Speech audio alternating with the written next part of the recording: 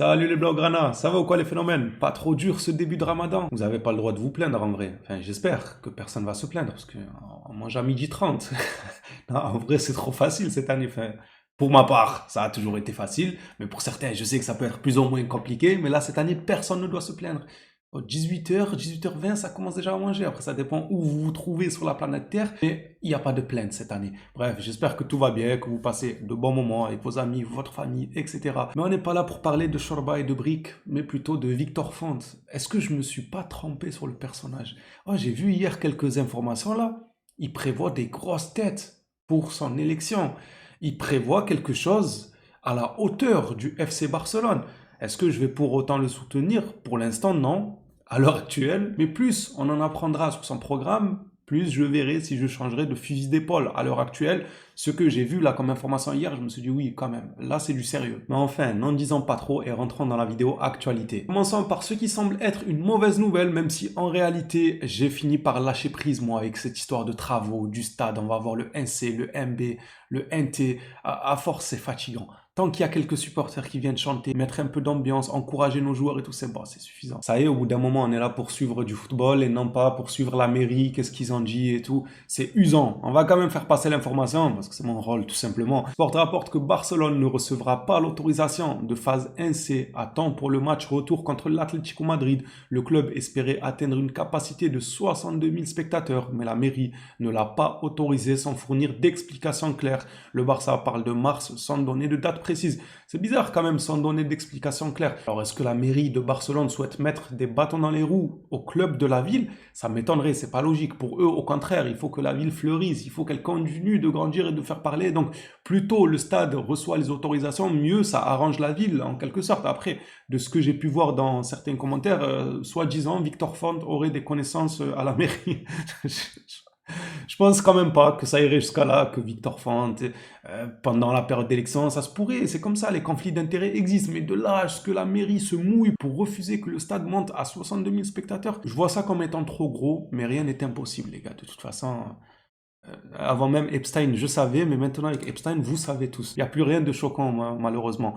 Passons aux bonnes nouvelles maintenant. Pedri a participé à l'entraînement du jour avec le groupe, et ça, c'est plus qu'une bonne nouvelle. C'est une excellente nouvelle. Le retour de Pedri se fait au meilleur moment. Son absence s'est fait plus que ressentir. Déjà qu'on a les arbitres qui nous aident pas, voire même ils nous volent, comme le dernier match là contre Girona, c'était du vol. Il y avait faute flagrante sur Jules Koundé, c'était du vol. En plus, apparemment, de ce que j'ai vu, l'arbitre a été sanctionné, mais le mal est fait. Que tu le sanctionnes ou que tu le sanctionnes pas, en vrai, qu'est-ce que j'en ai à faire, moi, qui va être suspendu des matchs ou privé de dessert? Ça me regarde plus, moi. Les points, ils sont perdus. Le match, il est perdu. On peut plus faire machine arrière, donc je m'en fous. Limite, ne le sanctionne pas, enfin, ou sinon une sanction exemplaire, tu le radis totalement, tu l'enlèves du corps arbitral, ça oui, ok, je me dirais, ok, on a perdu des points, on a perdu le match, mais celui-ci, il ne va plus jamais arbitrer un match, c'est ok, mais les punitions à base d'un certain montant d'argent à payer en amende, ou on t'écarte des terrains pour quelque temps, non, ça je m'en fous, c'était l'arbitre de la VAR qui a été sanctionné, on va l'écarter des camions pendant quelque temps, ça j'en ai que faire. Je ne vais pas rouvrir la blessure de ce match-là contre Girona, parce que j'avais vraiment la haine. À l'heure actuelle, je suis content de voir cette nouvelle, Pedri est là, et apparemment il pourrait disputer jusqu'à une demi-mi-temps dimanche. Ça veut dire qu'il aura le temps de se remettre en jambes avant le match de l'Atlético Madrid. Et ça, c'est très très bien. C'est pas la seule bonne nouvelle, car Marcus Rashford, lui aussi, s'est également entraîné avec l'équipe aujourd'hui. C'est une bonne nouvelle aussi. On a vu malgré tout qu'en l'absence de Rafinha, on avait besoin d'un Marcus Rashford, même si, selon certains, il n'est pas à la hauteur de ce qu'on attend de lui. Je ne vais pas non plus contredire cet argument, mais je ne vais pas non plus dire qu'on n'a pas besoin de lui, qu'il faut l'enlever et tout. Carrément, le club se serait décidé à lever son option d'achat en la négociant évidemment. Fabrizio Romano déclare que Barcelone souhaite conserver Marcus Rashford au-delà de cette saison, prévoyant de négocier et de réduire l'option d'achat de 30 millions de Manchester United. Ça va être compliqué de réduire l'option d'achat parce que du côté de Manchester United, j'ai vu un peu la presse anglaise et soi-disant les dires du club mancunien, il se dirait qu'ils aient regretté le départ de Marcus Rashford avec une clause aussi basse. Quelle basse, frérot? T'as vu son niveau quand il était à United? C'était un indésirable, il se battait avec tout le monde. Tu me parles de basse quoi? Je crois que Rashford, à l'heure actuelle, il mérite d'avoir une clause à 80 millions ou quoi? Non, faut arrêter de déconner. 30 millions, mais c'est largement normal pour le niveau et pour le problème qu'il posait à United. Les deux combinés, 30 millions, c'est très bien. Ils doivent s'estimer heureux, la vérité. Parce qu'un joueur comme ça, dans un cas comme ça, il aurait pu même partir gratuitement avec une fin de contrat. Soit le joueur achète son contrat, soit le club brésilien son contrat. Enfin bref, qui s'estiment heureux, qu'ils aient peut-être gagné 30 millions et encore ce n'est pas fait. Mais ce que je veux dire là, c'est que le Barça souhaite négocier la clause et United commence à donner un son de cloche du genre ah, on regrette qui 30 millions, c'est trop bas et tout. Ça veut dire quoi? Ça veut dire on n'est pas prêt à négocier. Limite, il reviendra chez nous et on le renverra dans un autre club à 40 ou 45 millions parce que nous, déjà, à la base, on pensait que cette clause-là est très basse et qu'on regrette cette clause-là. On verra ce qu'il se passera pour ce dossier. Si le Barça arrive à négocier, c'est un banger. Moi, je vous ai dit, tu gardes un Rashford pour 20 millions, mais c'est un très bon coup. C'est vraiment un très bon coup parce que tu n'as pas le choix sur le marché. Tu n'as pas grand monde. Lockman, tu l'as raté. L'Atlético Madrid, malheureusement, c'est trop tard. Il ne va plus quitter l'Atlético. Pas d'aussitôt, en tout cas. Maintenant, tu veux aller sur qui en ailier? Soit un jeune joueur à qui il faut donner de la confiance, il faut lui faire apprendre certaines choses, etc., etc. Tu n'es pas sûr. C'est un pari à faire. Soit un joueur expérimenté, et il n'y en a tout simplement pas. Soit ils sont trop chers, soit tout simplement imbougeables de leur club. Luis Diaz, qui maintenant est parti pour un certain montant au Bayern, en plus de ça, il s'est imposé là-bas quand même. Il produit plutôt du bon football, il s'estime être heureux. Je voyais hier des déclarations du joueur où il disait qu'il était très très content d'avoir rejoint le Bayern et qu'il remerciait carrément Florian Wirtz d'avoir rejoint Liverpool plutôt que le Bayern. Peut-être ce qui aurait permis du coup à faciliter le transfert de Luis Diaz au Bayern avec Florian Wirtz, peut-être qu'il n'aurait tout simplement pas eu les fonds pour aller chercher un joueur comme Luis Diaz en plus d'un Florian Wirtz. Enfin bref, le joueur est revenu sur ça hier, il s'estimait content et tout. Voilà, tout ça pour dire qu'il n'y a pas une multitude de choix sur le marché, t'as pas trop de choix. Donc, faut négocier pour Rashford. Malheureusement, hein, moi je dis malheureusement parce que je sais qu'on peut trouver mieux. Là n'est pas la question, on peut trouver mieux. Mais à quel prix? Là est tout le problème à Barcelone. Pour terminer cette vidéo actualité, on va finir par cette image. Franchement, moi je la trouve très belle parce que en fait, c'est des gens compétents. Et à Barcelone, on a besoin de ça. Surtout qu'on n'est pas à l'aise. Tu m'aurais dit, on sort d'un triplé Ligue des Champions. 3 Ligues des Champions d'affilée. Et on met des amis à la tête du club. Le directeur, c'est un ami. L'adjoint, c'est un ami. Lui, c'est un ami et tout.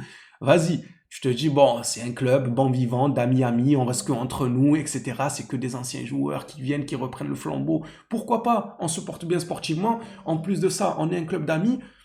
Autant joindre l'utile à l'agréable. Mais là, on est dans le pétrin, ça ne marche pas. Ok, on redevient quand même, mine de rien, un peu compétitif par rapport à ce qu'on était, mais ce n'est pas non plus extraordinaire. On n'a pas gagné la Ligue des Champions, on n'a pas terrassé tous nos adversaires, tous les plus grands clubs qu'on a croisés. On n'en a pas fait qu'une bouchée. Ça veut dire qu'on est encore dans le sable mouvant. Et tu es dans le sable mouvant, au lieu de t'appuyer sur des personnes solides avec un CV qui parle pour eux, toi, non, tu t'appuies sur des gens, Deco, c'était un ex-agent de joueur, tu t'appuies que sur des Wildou, que des personnes qui connaissent un tel, qui connaît un tel, du coup, tu dois le prendre. Non, là, moi, j'aime bien ce qu'il propose Victor Font. J'espère que Laporta en prendra de la graine. Moi, je pense que c'est Laporta qui va quand même gagner. J'espère qu'il s'inspirera de ça quand même. Victor Font a présenté un trident pour diriger la zone de football.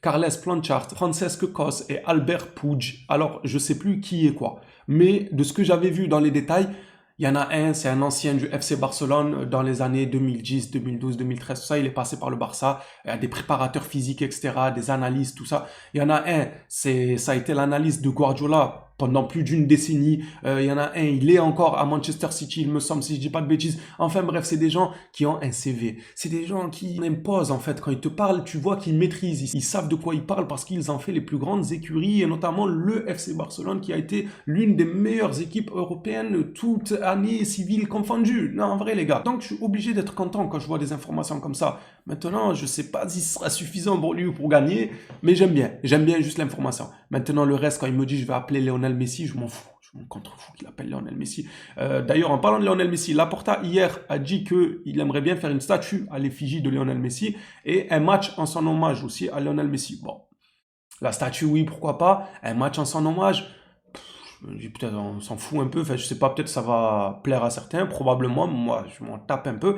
La statue, oui, pourquoi pas, c'est le minimum. Une statue, il y a plein de joueurs qui ont leur statue dans les villes où ils ont été légendaires, mais ici c'est une obligation. Maintenant, pour revenir à Victor Font, lui, par rapport à Lionel Messi, il n'a pas encore déclaré ce qu'il compte faire, mais il a dit qu'il allait le déclarer très prochainement et qu'il travaillait sur ça, sur, comment il a utilisé le terme, la réconciliation. Voilà, il a déclaré qu'ils sont en train de travailler sur la réconciliation de Lionel Messi et qu'il va annoncer ça très prochainement et surtout qu'il travaille sur ça depuis des années. Bon, frère, des années, tu vas faire quoi, frère? Tu vas nous ramener un autre Messi, tu vas le dupliquer. Il est dans un laboratoire, Lionel Messi. Tu vas prendre des particules de Lionel Messi, les coller dans un être humain, ça va faire un deuxième Messi. Comment ça depuis des années? Oh, c'est bon, fais une statue, fais, je sais pas, un match, fais une boum, une pizza, une tombola, fais quelque chose et qu'on passe à autre chose. Non, un hommage au stade, qui revienne au stade avec le stade full complet, bien évidemment, les travaux terminés, tout ça. Ça pourrait être un bel hommage, qu'ils reviennent, je sais pas, présenter quelque chose, présenter un ballon d'or, une coupe du monde, enfin bref, qu'ils reviennent. Voilà, dans le stade, ça pourrait être un très bel hommage et par la suite la statue. Maintenant, lui, j'ai hâte de voir ce qu'il va proposer pour la réconciliation entre Messi et Barcelone. Ça sera tous les phénomènes pour cette vidéo actualité. Hâte de vous lire dans l'espace commentaire. On s'attrape à la prochaine sur le Barça. D'ici là, prenez soin de vous les Blaugrana.